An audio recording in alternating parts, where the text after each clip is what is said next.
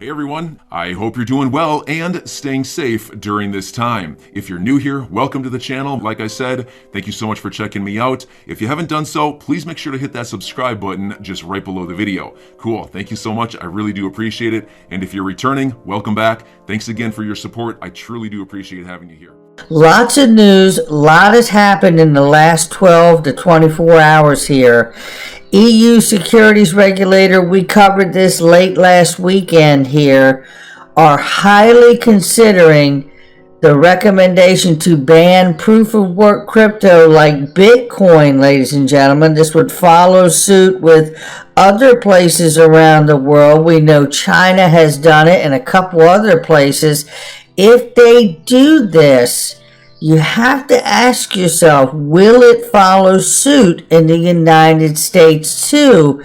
And how does renewable energy play into this understanding of this? But we got more to go over. And that's just the beginning. So keep that in the back of your mind as we move through this material today, that not only are we seeing EU Parliament recommend banning stablecoin, we know that Christine Lagarde has come out from the European Central Bank and said she's concerned that we need to get crypto regulations done immediately, as soon as possible. Russia could use digital assets to evade economic sanctions recently put in by SWIFT. Now take a look at this. So we saw this yesterday, late day, Russia being removed from SWIFT. And then there was some confusion about whether they're being completely removed or whether it's just heavier sanctions. We'll take a look at here. We'll get a better picture of what's actually going on here. First, we commit to ensuring the selected Russian banks are removed from the SWIFT messaging system. This will ensure that these banks are disconnected from international financial systems and harm their ability to operate globally. Second, we commit to imposing restrictive measures that will prevent Russian central bank from deploying its international reserves in ways that undermine the impact of our sanctions. Third, we commit to acting against people and entities who facilitate war in Ukraine and harmful activities of the Russian government. Specifically, we commit to taking measures to limit the sale of citizenship, so-called golden passports, that let wealthy Russians connected to the Russian government become citizens of our countries and gain access to our financial systems, which can obviously help them obfuscate money through those wealthy people and their accounts and citizenships.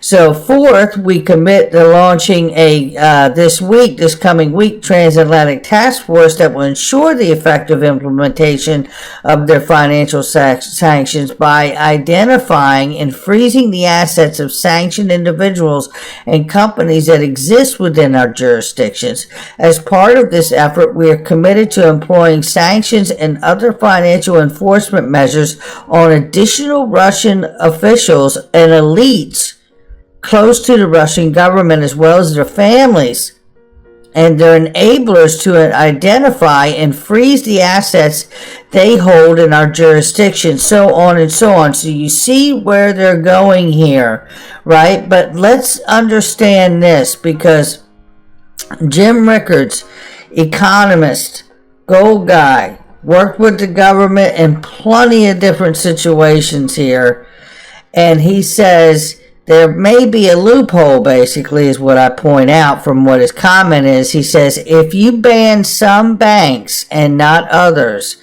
there's an easy workaround by using banks not banned.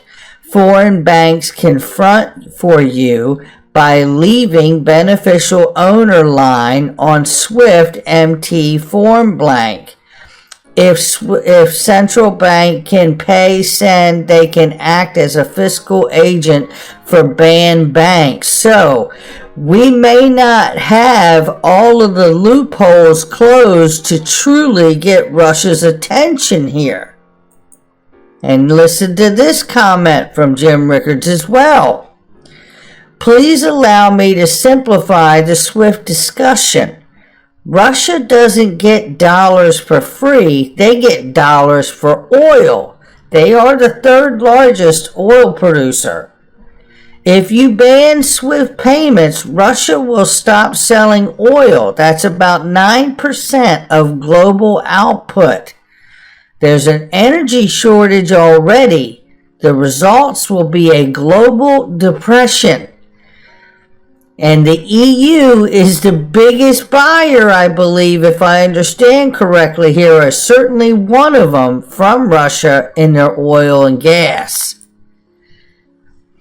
Then we saw this reminder yesterday that I played for you. Listen to this quick 28 seconds here as a reminder of what the world is now discussing as an undertow to the actual war and conflict that has happened. It is the SWIFT sanctions and the ability of Russia to use digital assets and cryptocurrencies to obfuscate the SWIFT sanctions. Listen. Russia, China, Iran, and many other countries don't like the domination the United States has over the SWIFT system, and it really is only a matter of time before there are multiple systems. Bitcoin is already functioning to a degree like that. So this would be a very dangerous step because it would accelerate the end of the SWIFT monopoly. And there you have that. Right? So the mention of crypto, I mean, there was people out here on crypto Twitter saying we weren't allowed to talk about this. Well, I can tell you something. It is worth talking about, and it doesn't mean that we're trying to diminish the safety that we wish and pray for the people that are hung up in the middle of this conflict. But it is very real. The idea and understanding. And I'm about to show you some more evidence here in a second. Jim Rickards goes on to say in a heater of posts last night, if you look at the membership of EU and NATO and the SWIFT Executive Committee, there's a huge degree of overlap. If SWIFT kicks out Russian banks, I'm not sure that Russia will care about logistic distinctions. They will see SWIFT as NATO. This thing is moving towards World War III quickly. Let's hope that Jim Rickards is wrong. And let's hope that we get a resolution to this conflict. But, with that said, Link to ask a really great question in this tweet here. What if Russia is a catalyst to flipping the switch? Similar to El Salvador announcing Bitcoin as legal tender. What if Ripple announces it stands behind the sanctions? Are we entering the final act? It is a worthy question. You know, ECB urges haste on crypto regulation in the wake of Russian sanctions. It is to be able to monitor Russia and not allow them to get around the sanctions, right? The question goes even further because we'll have to understand too that India is in the process right now of exploring ways to set up a rupee payment mechanism for trade with Russia to soften the blow on New Delhi. They're all looking to set up something to get around sanctions because they don't want to be harmed because Russia's doing bad things, and that's who they deal with because they still need what they need in their countries. Here's a reminder from Gold Telegraph. Russia and China recently agreed to the 30-year gas deal we covered here with the new pipeline, which is settling in euros and not dollars. I also showed you over the last couple days and even a year or two ago that Russia and China actually have their own financial system that does not need SWIFT. but it doesn't include the rest of the world. So how do we deal with that? And here's even more evidence that back in 2018, from Jack the Rippler here, proved that Russia could, or he says will use XRP as a bridge asset. They have been tested XRP since 2018.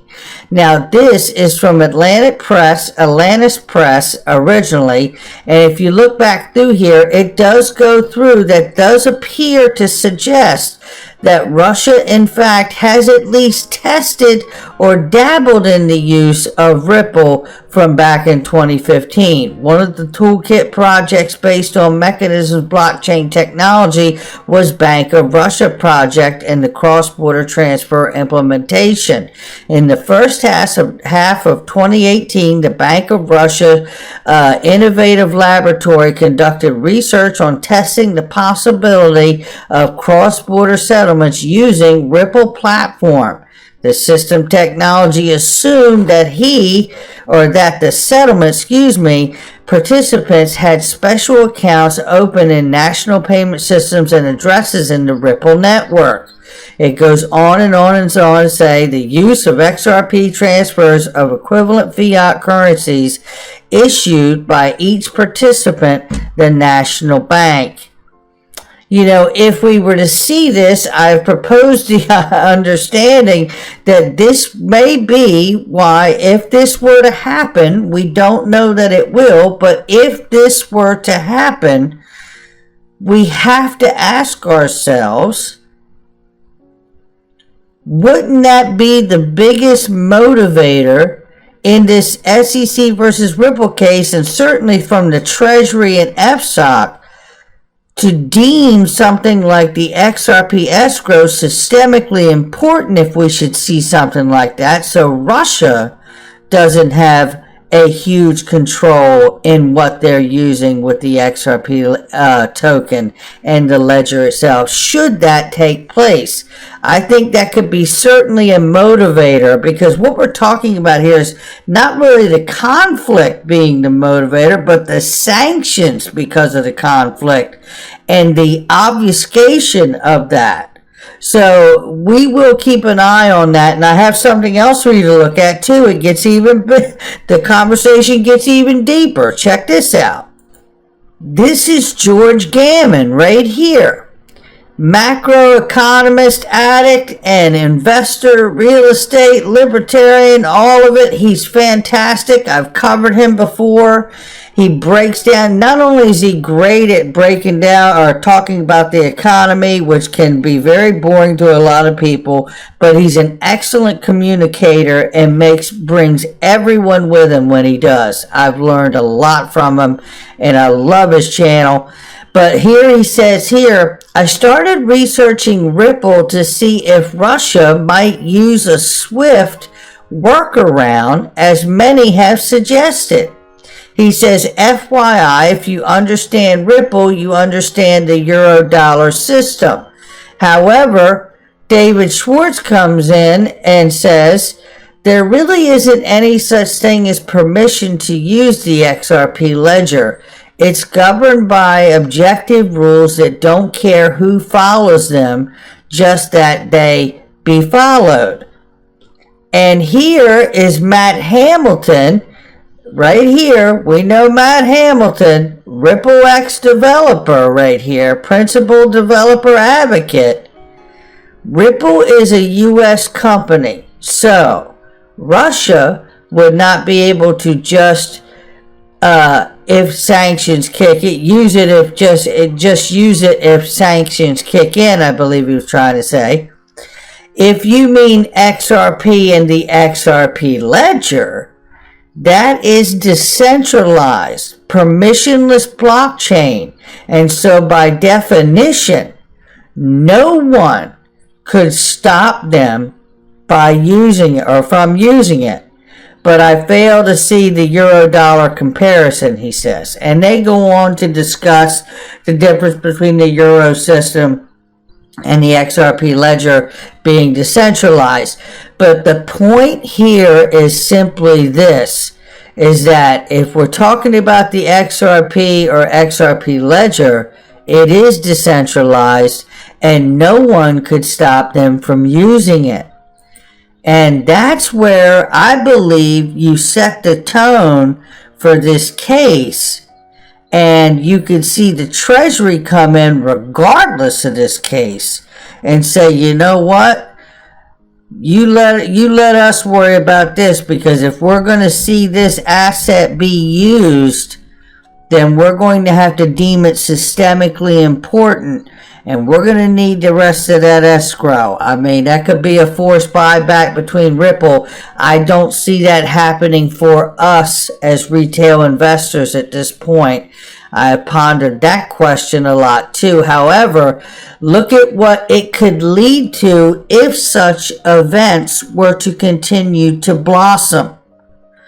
Take a look at this. This is Jim Rickards again, talking just probably a year or two ago, I believe it was, and some time ago, and he's talking about new U.S. sanctions on Russia, and I believe this was back during the Crimea invasion that happened from Russia. You see a pattern there. And take a listen to what he says about cryptocurrency and electronic SDR. Take a listen here.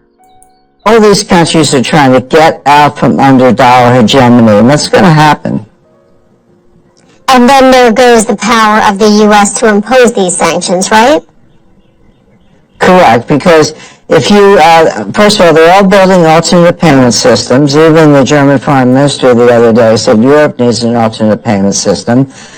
They could do cryptocurrencies. I'm not saying buy Bitcoin. I don't like Bitcoin at all. But you could create a new cryptocurrency with a distributed ledger with China and Putin. So imagine a Xi coin and a Putin coin. They could denominate it in SDRs. That's a special drawing right. That's the world money that comes from the IMF. They could back it up with gold. And notice that the dollar is not involved. Everything I just described doesn't involve the dollar. So that's why this could, if the U.S. doesn't reassert dollar hegemony, one good way to do that would be if the U.S. started buying more gold. I don't expect that to happen, but that would be part of my advice. If the U.S. doesn't do that, again, this whole alternate system, it's being created now. This is not science fiction, but it could affect the dollar very, very rapidly. And if that were to be the case, the way Jim just laid that out, wouldn't that even lend more to the argument of how the United States would see it very, very much in their favor to take over the escrow, or to force Ripple to become a central bank and be a part of, let's say, the U.S. Treasury or the Federal Reserve, and have access to that escrow every month that it's released to really prop up and backstop the Fed and the dollar that is being fled from in these new systems. And wouldn't it also be to the point that because of the interoperability of the Interledger Protocol and the XRP ledger itself being a decentralized exchange to the world, wouldn't it also lend itself that if we are going to see multiple regions and countries around the world develop their own little sideload payment systems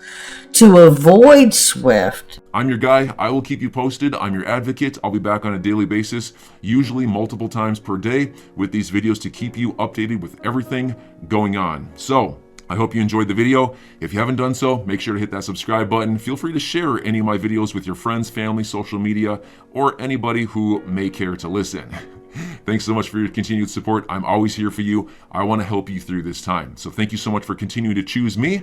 Enjoy your day, stay safe, and I'll catch you again probably in a couple hours. Thanks, everybody. See you later.